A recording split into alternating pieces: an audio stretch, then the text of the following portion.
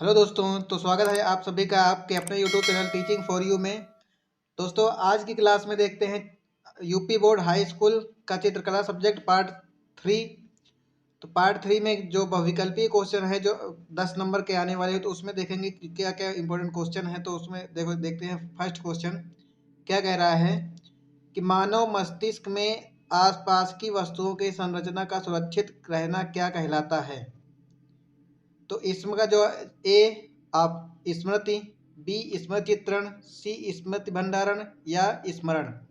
तो जो इसका राइट आंसर हो जाएगा ऑप्शन नंबर सी स्मृति भंडारण हो जाएगा। जो मानव मस्तिष्क में आस पास की वस्तुओं का जो संरचना का सुरक्षित रहना क्या कहलाता है, स्मृति भंडारण। अगला क्वेश्चन, स्मृति भंडारण के कारण क्या संभव होता है। ए वस्तुओं की पहचान करना, बी वस्तुओं की आकृति को समझना, सी वस्तुओं की संरचना को समझ पाना, डी उपरोक्त सभी। तो इसको जो सही आंसर होगा इसमें ये सभी होंगे। कहीं भाई तीनों आंसर सही हैं तो इसका जो आंसर होगा उपरोक्त सभी। अगला क्वेश्चन, किसी अनुभूतित वस्तुओं का चित्रण करना सामान्यतः क्या कहलाता है। ए स्मृति चित्रण, बी मानव चित्रण, सी प्राकृतिक चित्रण या डी दृश्य चित्रण। तो अनुभूतित वस्तुओं का चित्रण करना क्या कहलाता है, स्मृति चित्रण। क्या कहलाता है, ऑप्शन नंबर ए स्मृति चित्रण। अगला क्वेश्चन क्या है देखते हैं।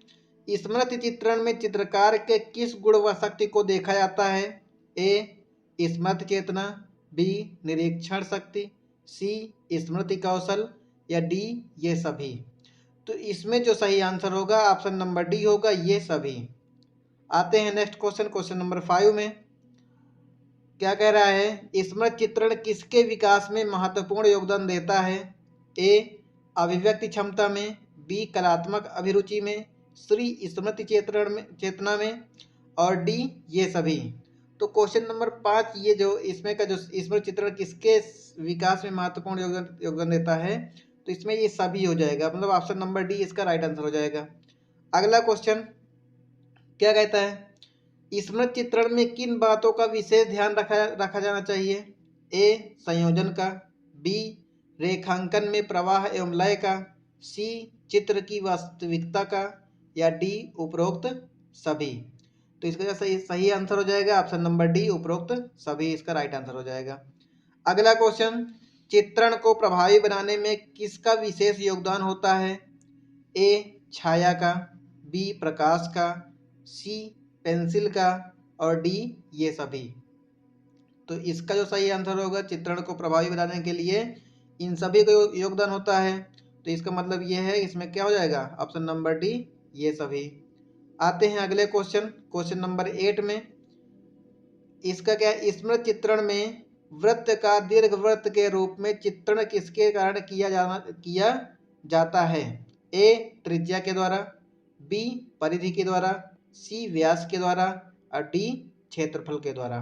तो इसका जो सही आंसर होगा, जो इसमें जो वृत्त है, वृत्त किसके द्वारा बनाएंगे, जब हमको चित्र त्रिज्या पता होगी तो त्रिज्या के द्वारा ही वृत्त बनेगा। तो ऑप्शन नंबर ए इसका राइट आंसर हो जाएगा। अगला 9 क्वेश्चन क्या है, चित्र को बनाने में किन सामग्रियों का उपयोग किया जाता है। ए ड्राइंग बोर्ड, बी कागज, सी मुलायम रबड़ एवं पेंसिल और डी ये सभी।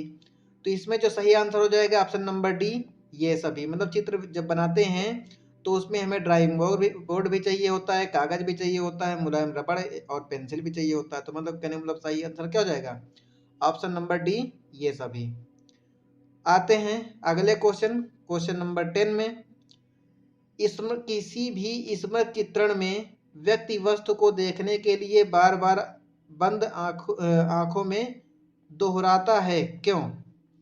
इससे चित्र स्पष्ट हो जाता है, बी गलतियां कम होती हैं, सी संरचना को समझने में आसानी हो जाती है और डी उपरोक्त सभी।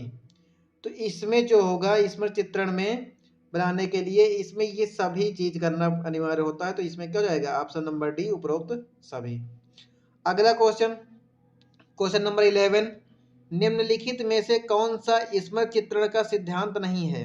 ए पेंसिल पकड़ना, बी वृत्ताकार संरचना बनाना, और डी नेत्र दशा, सी नेत्र दशा, और डी कागज तथा चित्र में संयोजन। तो इसका जो सही आंसर हो जाएगा ऑप्शन नंबर बी संरचना बनाना। क्या हो जाएगा? ऑप्शन नंबर बी संरचना बनाना। अगला क्वेश्चन, स्मृति चित्रण के सिद्धांत में पेंसिल पकड़ने का नियम कौन सा है? ए पेंसिल को पेन की तरह पकड़ना, बी शेड करते समय पेंसिल को क्षैतिज पकड़ना, और सी पेंसिल को उल्टा रखना, डी पेंसिल को शेड के दौरान खड़ा रखना। तो जब शेड करते हैं तो पेंसिल को क्या करते हैं? शेड करते समय पेंसिल क्षैतिज रहती है, तो क्या हो जाएगा? ऑप्शन नंबर बी इसका राइट आंसर हो जाएगा।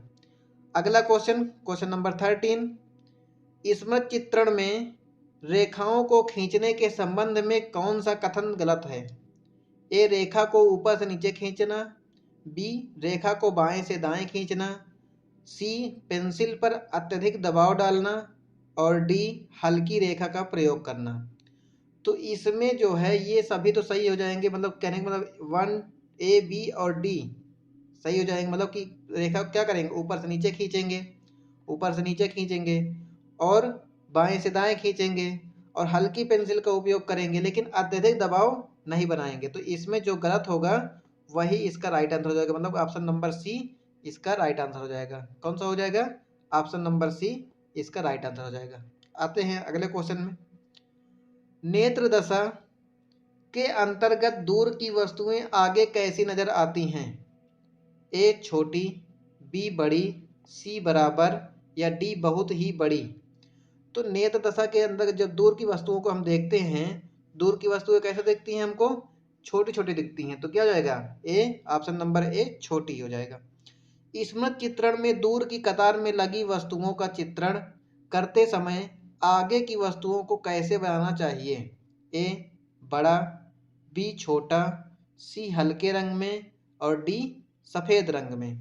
तो इसमें जो आंसर हो जाएगा, जो आगे की वस्तुएं हैं वो क्या होना चाहिए? बड़ी होनी चाहिए, और जो है पीछे की वस्तुएं जैसे जैसे पीछे जाएंगे वैसे वैसे क्या हो जाएंगी? छोटी हो जाएंगी।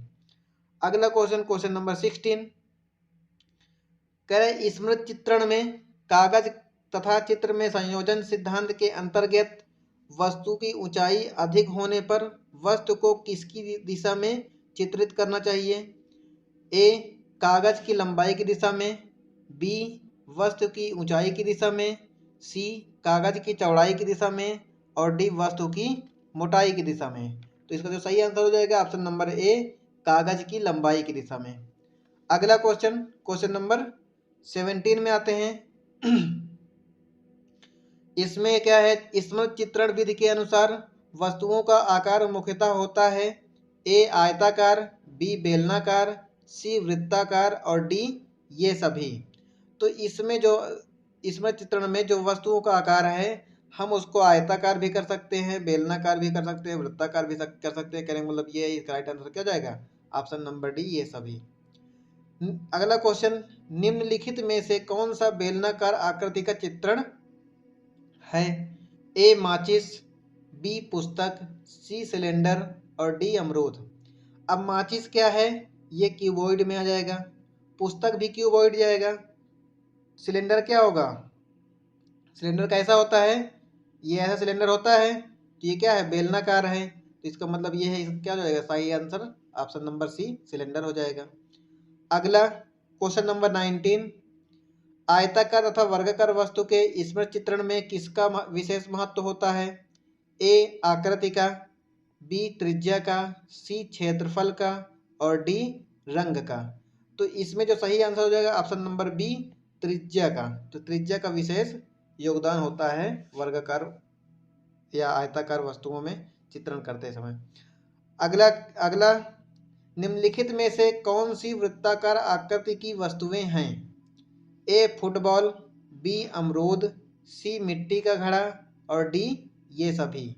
तो वृत्ताकार कौन कौन सी हैं? फुटबॉल भी वृत्ताकार होता है, उसके बाद अमरूद भी ऐसे ही होता है, उसके बाद घड़ा भी क्या होता है? वृत्ताकार होता है। तो इसका मतलब क्या हो जाएगा? ये सभी। ऑप्शन नंबर डी ये सभी इसका राइट आंसर हो जाएगा। आते हैं अगले क्वेश्चन में। दृष्टि रेखा पर बर्तन चित्रण की रचना विधि के अंतर्गत चित्रण के लिए सर्वप्रथम क्या किया जाता है? ए, बर्तन की ऊंचाई मापना, बी, बर्तन की चौड़ाई मापना, सी, बर्तन की ऊंचाई का अनुमान लगाना और डी, लंबाई को अंकित करना। तो इसका सही आंसर हो जाएगा ऑप्शन नंबर सी, बर्तन की ऊंचाई का अनुमान लगाना। और अगला क्वेश्चन, स्मृत चित्रण में प्रकाश दिखाने के लिए किस प्रकार की रेखाओं का प्रयोग किया जाता है? ए, छोटी रेखा, बी, मोटी रेखा, सी, काली रेखा और डी, पतली रेखा। तो इसमें जो होगा ऑप्शन नंबर सी, मोटी रेखा। क्या जाएगा? सॉरी, ऑप्शन नंबर डी, पतली रेखा का उपयोग किया जाएगा। क्या हो जाएगा? प्रकाश दिखाने के लिए पतली रेखा का उपयोग किया जाता है। अगला क्वेश्चन, क्वेश्चन नंबर 23 क्या कह रहा है? स्मृत चित्रण में छाया को दिखाने के लिए किस रेखा का प्रयोग किया जाता है? ए, लाल रेखा, बी, सफ़ेद रेखा, सी, मोटी रेखा और डी, बड़ी रेखा।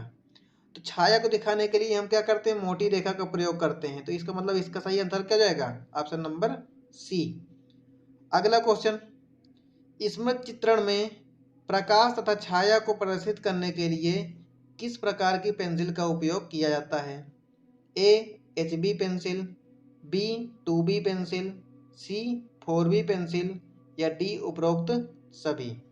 तो छाया को दिखाने के लिए हम इन सभी पेंसिल का उपयोग कर सकते हैं। कहने का मतलब ये है HP का भी उपयोग करेंगे, 2B और 4B ये सभी उपयोग हो सकती हैं।